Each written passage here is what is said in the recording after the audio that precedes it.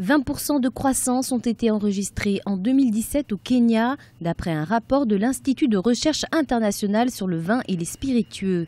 Une aubaine pour les fabricants d'alcool, c'est le cas notamment de l'entreprise East African Breweries Limited, qui a enregistré un bénéfice de 4,95 milliards de shillings, soit 49 104 000 $ en 2017.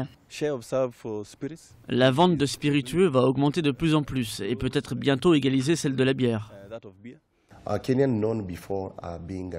Avant, le Kenya était connu pour être le pays de la bière, mais beaucoup de gens se sont mis à boire du whisky pur, malt ou single malt.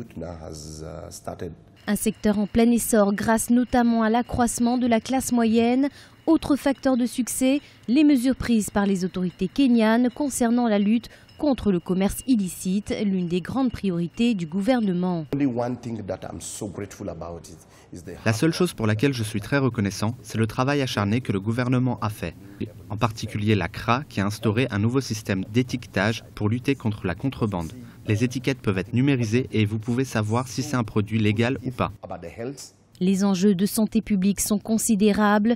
En 2014, une soixantaine de personnes avaient péri après avoir ingéré une liqueur faite maison, liqueur contenant du méthanol. Le gouvernement soutenu par la East African Breweries Limited milite ainsi pour la constitution d'un organisme régional qui sera chargé de lutter contre la contrefaçon ainsi que toutes les formes de commerce illicite.